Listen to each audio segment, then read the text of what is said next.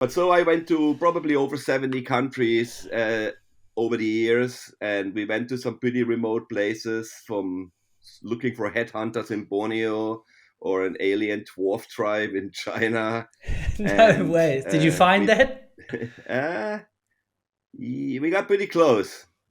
We got like Tell shadowed by the Secret Service. We tell got me more.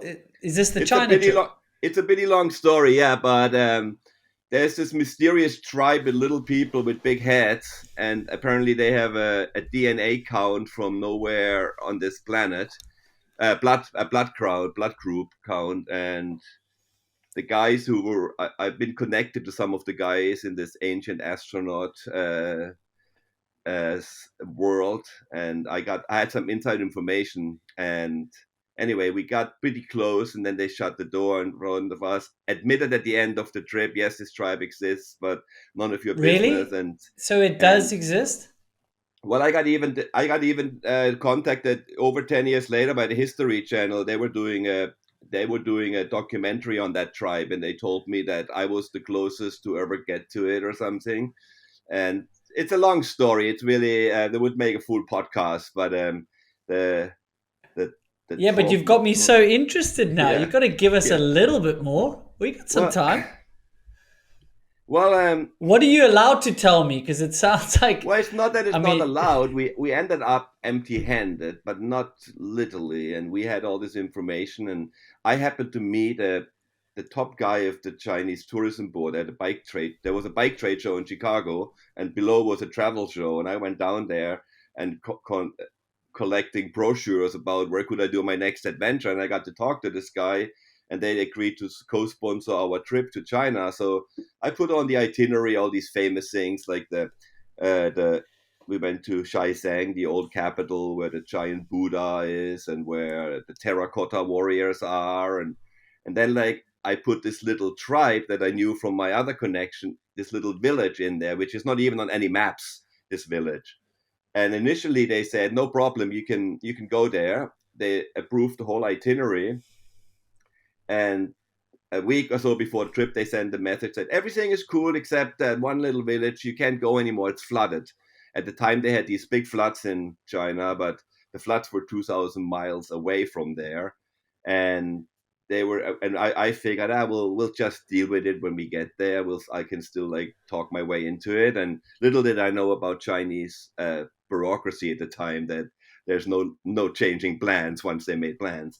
So, but anyway, so we went there, and I kept pushing. Yeah, we still need to go to this village, and they said they always like were kind of vague about it, like no, we can't go, or yes, we try, and pushed us out and out, and the trip carried on. And as further we got into, as more we kind of talked to them, and I had nothing to lose. And I remember I told them all I knew about this little tribe of these.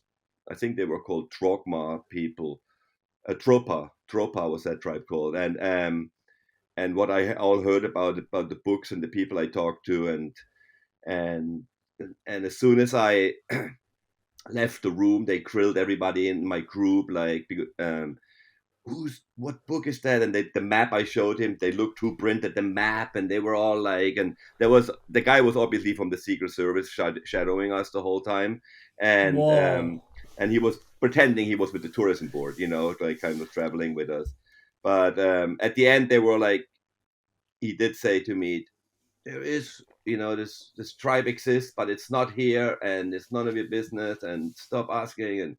And that was kind of, the end. So we didn't get to go, but the story goes on. And like I said, I was contacted by the History Channel, and somebody else told me a story of somebody who apparently ran into this tribe, and saw this person on this river, like this little gray person with a big head. So, but anyway, it's all a bit far fetched here. But anyway, I love Well, this but kind hang of on. stuff. Yeah, but that's incredible. But tell me, if I look it up now on TV and internet, there's still not a show or too much documentation about the tribe, or now there is? Or Still, is it there's this there's still not a whole lot. And it all started out. This really? this was 100 years ago. A guy lived with that tribe apparently. There was they have all these weird tribes in China, and the government even moves them around, relocates them, but and there was these books from back in the 40s and stuff, and this guy says he got even married into this family, and they had a different blood count, and they were all like really interesting and different people, not really humans. And then like people knew about these reports, and then like in the 80s or 90s, this the Associated Press came out with this report that there's a tribe of little people that ride like folding bikes, and they have big heads, and apparently they all like deformed from mercury in the drinking water. And then some people were like, oh, wait a minute, this could be that tribe they were talking about in the 40s, the Tropa and all this. And there's these famous, it goes on and on. There's these Yeah, famous yeah, stone yeah. stone discs, the stone discs of Bayan Kaya Ula. And they like a record, and they are made out of the hardest possible stone material, not even from this planet. It's a composition stone that has grooves in it in a certain way and symbols, and it's some really mysterious, like a record, really.